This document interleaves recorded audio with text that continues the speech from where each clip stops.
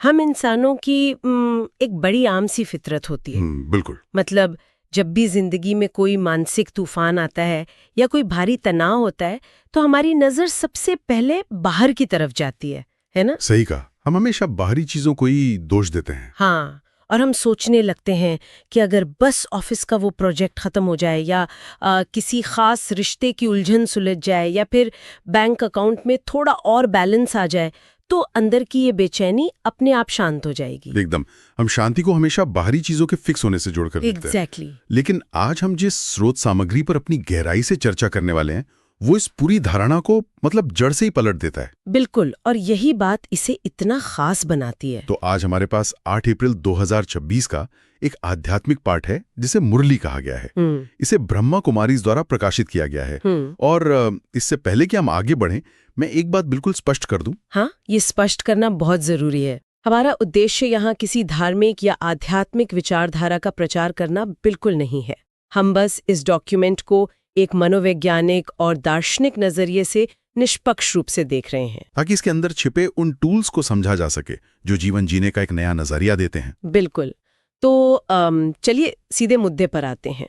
इस टेक्स्ट का जो सबसे दिलचस्प दावा है वो ये है कि हमारे जीवन के सारे मानसिक तूफानों की जड़ कोई बाहरी चीज है ही नहीं। हाँ, जो कि एक बहुत बड़ा स्टेटमेंट है ना? टेक्स्ट कहता है कि सारी समस्याओं की जड़ है हमारा देहा अभिमान, यानी खुद को सिर्फ एक भौतिक शरीर समझना। और सच कहूं तो यहीं से इस पूरे दर्शन की शुरुआत होती है। ये कोई साधारण दावा नहीं है। ये टेक्स्ट इस समस्या को सिर्फ एक फिलॉसफी बताकर नहीं छोड़ता, बल्कि रोजमर्रा के तनाव को, जिसे इसमें माया के तूफान कहा गया, उसे शांत करने का एक बहुत ही व्यावहारिक टूल देता है। अच्छा, तो वो टूल क्या है? इसमें साफ तौर पे कहा गया है कि इंसान को खुद को इस हाड़ मांस के शरीर से अलग एक अशरीरी आत्मा के रूप में देखना चाहिए। मतलब एक बॉडीलेस सोल। अशरीरी आत्मा? हाँ, और इसके लिए एक बहुत ही गहरी छवि का इस्तेमाल हुआ है। टेक्स्ट कहता है कि आत्मा अकाल तख्त पर विराजमान है। अकाल यानी समय से परे और तख्त यानी सिंहासन। अरे वाह, अकाल तख्त मतलब एक ऐसा सिंहासन जिस पर समय या मृत्यु का कोई असर नहीं होता। लेकिन मुझे एक बात सोचनी है यहाँ, इसका मनोवैज्ञानिक असर क्या होता है? क्या मतलब? मतलब क्या सिर्फ खुद को आत्मा सोचने से असल में चीजें बदल जाती हैं? बिल्कुल बदलती हैं, क्योंकि आपकी पहचान के पूरे आधार को ही शिफ्ट कर देता है। वो कैसे? देखिए, जब आप खुद को एक शरीर मानते हैं तो आपकी सारी ऊर्जा उन चीजों को बचाने और बढ़ाने में लगती हैं जो शरीर से जुड़ी हैं। जैसे कि हमारा रुतबा या बैंक बैलेंस? बिल्कुल, लोगों की आपके बारे में राय, आपका पद, ये सब। और ये सब बहुत ही अस्थायी चीजें हैं जो पल पल बदलती हैं। और इसीलिए तनाव होता है। एकदम सही। लेकिन जब आप खुद को अकाल तख्त पे बैठी एक आत्मा के रूप में विजुअलाइज करते हैं तो आप अचानक उन चीजों से खुद को अलग कर लेते हैं, एक तरह की दूरी बना लेते हैं। हाँ, आपकी दृष्टि और वृत्ति मतलब देखने का नजरिया और आपकी आंतरिक भावना दोनों बदल जाती हैं। आप सामने वाले इंसान को भी उसके बाहरी आवरण या उसकी कमियों के बजाय एक आत्मा के रूप में देखने लगते हैं। ये तो सच में एक बहुत बड़ा साइकोलॉजिकल शिफ्ट है। ये तो आपको बाहरी ट्रिगर से तुरंत डिटैच कर देगा। बिल्कुल कर देगा। लेकिन यहाँ मुझे एक पेच नजर आता है। वो क्या? ये जो अकाल तख्त और अशरीरी होने वाली बात है, ये सुनने में तो बहुत सुकून देने वाली लगती है, पर प्रैक्टिकली हम रोजमर्रा की भागदौड़ में इसे कैसे अपनाएं? ये एक बहुत आम सवाल है। मतलब क्या ये सिर्फ एक माइंडसेट है या इस चेतना के बदलाव का किसी खास समय या दौर से भी कोई लेना देना है? क्योंकि मैंने पढ़ा कि टेक्स्ट में इस बदलाव को एक बहुत ही विशिष्ट कालखंड से जोड़ा गया है। हाँ, और यही इस टेक्स्ट की समय को लेकर जो समझ है उसे अनोखा बनाता है। चेतना का ये बदलाव किसी भी आम दिन या युग में नहीं हो रहा है। तो ये कब हो रहा है? इसे पुरुषोत्तम संगम युग कहा गया है, मतलब कॉन्फ्लुएंस एज। अच्छा, संगम युग। भारतीय दर्शन में कलयुग और सतयुग की बात तो सब जानते हैं। कलयुग यानी पतन का चरम और सतयुग यानी पूर्ण शुद्धता। हाँ, वो तो काफी आम धारणा है। लेकिन ये टेक्स्ट इन दोनों के बीच के एक बहुत ही छोटे संक्रमणकालीन समय की बात करता है। यही संगम युग है। इसे समझाने के लिए टेक्स्ट में एक बहुत ही सटीक उपमा दी गई है। नाव वाली उपमा है ना? हाँ, कल्पना कीजिए कि एक बहुत चौड़ी नदी है। इंसान अभी उस दरिया के बिल्कुल बीचों बीच एक नाव में बैठा है। वो ना तो पूरी तरह से पीछे छूटे हुए कलयुग के किनारे पर है और ना ही अभी नई दुनिया यानी सतयुग के किनारे पहुंचा है। और शायद इसीलिए इसे ब्राह्मणों की चोटी का युग भी कहा गया है। चोटी मतलब सबसे ऊपरी हिस्सा। बिल्कुल सही पकड़े आप। यानी इस पूरे समय चक्र में ये वो छोटा सा बिंदु है जहां चेतना अपने सबसे ऊंचे स्तर पर पहुंचने का प्रयास कर रही है। मुझे इसमें ना एक और चीज बहुत रोचक लगी, वानप्रस्थ अवस्था का जिक्र। हाँ, वो बहुत गहरा हिस्सा है। टेक्स्ट में इसे समझाते हुए लिखा है कि पांव नर्क की तरफ है और सिर स्वर्ग की तरफ। अगर मैं इसे एक विजुअल एनालॉजी दूं तो। हाँ, बताइए कैसा विजुअल? ये कुछ ऐसा है जैसे आप किसी बहुत पुरानी टूटती हुई जर्जर इमारत के दरवाजे की चौखट पर खड़े हैं। आपका एक पैर उस इमारत के मलबे और धूल में है, जो कि वर्तमान दुनिया की उथल-पुथल है। बिल्कुल। लेकिन आपका चेहरा बाहर की तरफ है, जहां एक बेहद खूबसूरत नया बगीचा है। ये तो बहुत ही शानदार और सटीक एनालॉजी। आप मलबे में हैं पर आपका ध्यान मलबे पर नहीं है। पर यहीं मुझे एक आपत्ति है। कैसी आपत्ति? क्या इस तरह का नजरिया इंसान को पूरी तरह से पलायनवादी यानी एस्केपिस्ट नहीं बना देगा?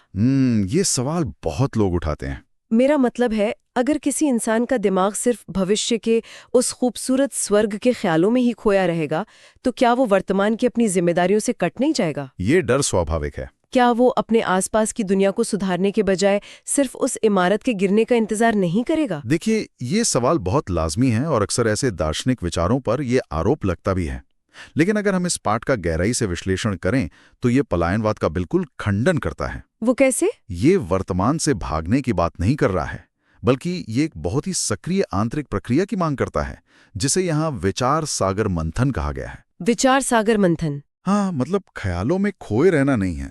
ये तो एक रिटर्न जर्नी या वापसी की यात्रा की ठोस तैयारी है। अच्छा। और इस तैयारी को समझाने के लिए जो उदाहरण दिया गया है वो मुझे कमाल का लगा। चुंबक और जंग का उदाहरण। अरे हाँ, चुंबक और जंग। मैंने इसे पढ़ा था, पर मैं चाहूंगी कि हम इसे थोड़ा और खोलें। आत्मा पर जंग लगने का आखिर क्या मतलब है? तो देखिए, टेक्स्ट बताता है कि आत्मा जब अपने मूल रूप में थी तो वो बिल्कुल शुद्ध थी, एकदम साफ। लेकिन समय के चक्र में सतयुग से लेकर त्रेता, द्वापर और अब कलयुग तक आते आते आत्मा रूपी सुई पर रजो और तमो गुणों की भारी जंग लग गई है। रजो और तमो गुण? हाँ, रजो मतलब अत्यधिक इच्छाएं, भागदौड़ और स्वार्थ, और तमो मतलब आलस, क्रोध, अज्ञानता और नकारात्मकता। ये जंग आत्मा की असली चमक को छुपा देती है। समझ रही हूँ। अब जो बाप है यानी परमात्मा, वो एक विशाल चुंबक की तरह है। लेकिन एक चुंबक कितनी भी शक्तिशाली क्यों ना हो, वो ऐसी सुई को अपनी तरफ नहीं खींच सकती जिस पर जंग की मोटी परत चढ़ी हो। एकदम सही। तो अगर मैं इसे अपनी उस आधुनिक एनालॉजी से जोड़ूं, तो ये बिल्कुल वैसा है जैसे हमारे स्मार्टफोन की मेमोरी में सालों का कैशे, जंक फाइल्स और शायद कुछ मैलवेयर जमा हो गए हों। हाँ, बिल्कुल। मतलब आपका फोन है तो बहुत महंगा और स्मार्ट, लेकिन इस जंक डेटा की वजह से वो लगातार हैंग कर रहा है, उसकी बैटरी ड्रेन हो रही है और वो क्लाउड सर्वर से कनेक्ट ही नहीं हो पा रहा है। ये बहुत ही सटीक उदाहरण है। ये जो जंग है ना, वही जंक डेटा और मैलवेयर है। तो अब सवाल ये है कि इस जंक को साफ कैसे किया जाए? टेक्स्ट कहता है कि परमात्मा की निरंतर याद ही वो सॉल्वेंट है, वो एंटीवायरस या क्लीनअप प्रोसेस है जो इस जंक को धीरे धीरे काटता है। अच्छा, तो याद करना एक तरह की सफाई है। हाँ, और जैसे जैसे ये जंग हटती है, आत्मा एकदम शुद्ध सोने जैसी बन जाती है। इस पूरी तरह से साफ और शुद्ध अवस्था को कर्मातीत अवस्था कहा गया है। कर्मातीत अवस्था यानी एक ऐसा स्टेज जहां आप कर्म तो कर रहे हैं, लेकिन वो कर्म आपको किसी मानसिक या भावनात्मक बोझ में बांध नहीं रहा है। बिल्कुल। और जैसी आत्मा इस कर्मातीत अवस्था में पहुंचती है, यानी जैसे ही फोन का सारा जंक डिलीट होता है, वो तुरंत उस चुंबक की तरफ खिंचने लगती है। अरे वाह! तो आप ही देखिए ये पलायनवाद कैसे हो सकता है। ये तो अपने अंदर की नकारात्मकता को साफ करने की 24 घंटे चलने वाली एक बेहद सचेत और एक्टिव प्रक्रिया है। हाँ, ये तो काफी मेहनत का काम लगता है। अगर आपको खिंचाव महसूस नहीं हो रहा है तो इसका सीधा मतलब है कि अभी भी जंग लगी हुई है, अभी भी काम बाकी है। लेकिन जब आप 24 घंटे चलने वाली इस भारी भरकम आंतरिक सफाई और परमात्मा की तरफ खिंचाव की बात करते हैं ना, तो किसी भी इंसान को लगेगा कि भाई इसके लिए तो सब कुछ छोड़ना पड़ेगा। हाँ, अक्सर लोग ऐसा ही सोचते हैं। मतलब नौकरी, परिवार, EMI भरना, ये सब छोड़ के सीधे हिमालय या किसी जंगल में जाकर बैठना पड़ेगा। लेकिन यहीं पर चीजें बदलती हैं। हाँ, क्योंकि इस डॉक्यूमेंट का जो सबसे प्रैक्टिकल और दिलचस्प हिस्सा है वो इसके ठीक विपरीत है, जो हमें हमारे अगले बिंदु पर लाता है, संतुलन की कला। यही इस दर्शन की खूबसूरती है। ये जंगलों में जाने का बिल्कुल समर्थन नहीं करता। तो फिर क्या करना है? इसमें स्पष्ट निर्देश है कि गृहस्थ व्यवहार और कामकाज को छोड़ना नहीं है। इसके लिए कमल पुष्प समान बनने का बहुत ही क्लासिक भारतीय प्रतीक इस्तेमाल किया गया है। कमल के फूल जैसा? हाँ, कमल कीचड़ और रुके हुए पानी में उगता है। वो उसी पानी से अपना पोषण लेता है, लेकिन फिर भी उसकी पंखुड़ियां उस पानी से पूरी तरह अछूती और सूखी रहती हैं। बिल्कुल। इसी बात को समझाने के लिए मुझे इस टेक्स्ट में एक बहुत ही काव्यात्मक मुहावरा मिला, हथ कार दे दिल यार दे। हाँ, ये बहुत सुंदर पंक्ति है। मतलब आपके हाथ सांसारिक काम कर रहे हैं, पर आपका दिल उस यार, उस एक परमात्मा को दिया हुआ है। अगर मैं इसे वापस अपनी फोन वाली एनालॉजी में लाऊं तो? हाँ, फोन वाली एनालॉजी में ये कैसा दिखेगा? ये बिल्कुल वैसा है जैसे बैकग्राउंड में कोई ऐप सिंक हो रहा हो। आप स्क्रीन पर अपना काम कर रहे हैं, ईमेल टाइप कर रहे हैं, लोगों से बात कर रहे हैं, लेकिन बैकग्राउंड में वाईफाई के जरिए सारा डेटा लगातार क्लाउड पर सिंक हो रहा है। आपको सिंक करने के लिए अपना काम रोकने की जरूरत नहीं है, बस वो कनेक्शन ऑन रहना चाहिए। ये बैकग्राउंड सिंक वाला उदाहरण बिल्कुल फिट बैठता है यहाँ, है ना? और जब ये सिंक सही से काम कर रहा होता है तो आपके बाहरी व्यवहार में एक बहुत बड़ा बदलाव आता है, जिसे टेक्स्ट मधुरता कहता है। मधुरता, स्वीटनेस। हाँ, मनसा, वाचा और कर्मणा, यानी आपके विचारों से, आपके शब्दों से और आपके कर्मों से किसी को भी दुख नहीं पहुंचना चाहिए। ये तो बहुत ही ऊंचा आदर्श है। इसमें एक बहुत ही दिलचस्प बात लिखी है कि जब इंसान प्यार से खूंखार शेर और विशाल हाथी जैसे जानवरों को भी अपने वश में कर सकता है, तो फिर इंसानों के साथ मधुरता से पेश आना कोई मुश्किल काम क्यों होना चाहिए? बिल्कुल सही। पर रुकिए, यहीं पर मुझे एक बात थोड़ी खटक रही है। क्या बात? मधुरता की बात तो समझ आती है, लेकिन इस बैकग्राउंड सिंक को बनाए रखने के लिए टेक्स्ट में जो तरीका बताया गया है वो मुझे थोड़ा एक्सट्रीम लगा। आप किस तरीके की बात कर रही हैं? इसमें लौकिक रिश्तों के प्रति मोह कम करने की बात की गई है। एक कुमारी कन्या और एक शादीशुदा महिला का उदाहरण दिया गया है। हाँ, वो उदाहरण कि कैसे शादी के बाद देह के संबंध बढ़ते हैं, सासू ससुर, पति, बच्चे, और इंसान उनमें फंसता जाता है। मेरा सवाल यह है कि क्या परिवार और सांसारिक रिश्तों से पूरी तरह मोह हटा लेना इंसान को असंवेदनशील या रूखा नहीं बना देगा? ये बहुत अच्छा सवाल है। आज के मॉडर्न समाज में तो किसी का अपने परिवार से इमोशनली कट जाना एक बहुत बड़ा रेड फ्लैग माना जाता है। ये एक बहुत ही क्रिटिकल पॉइंट और इसे अक्सर गलत समझा जाता है। देखिए, जब टेक्स्ट मोह हटाने या डिटैचमेंट की बात कर रहा है तो वो असंवेदनशील या रूखा होने की बात बिल्कुल नहीं कर रहा है। तो फिर इसका असली मतलब क्या है? याद रखिए, उसने अभी मधुरता पर इतना जोर दिया है।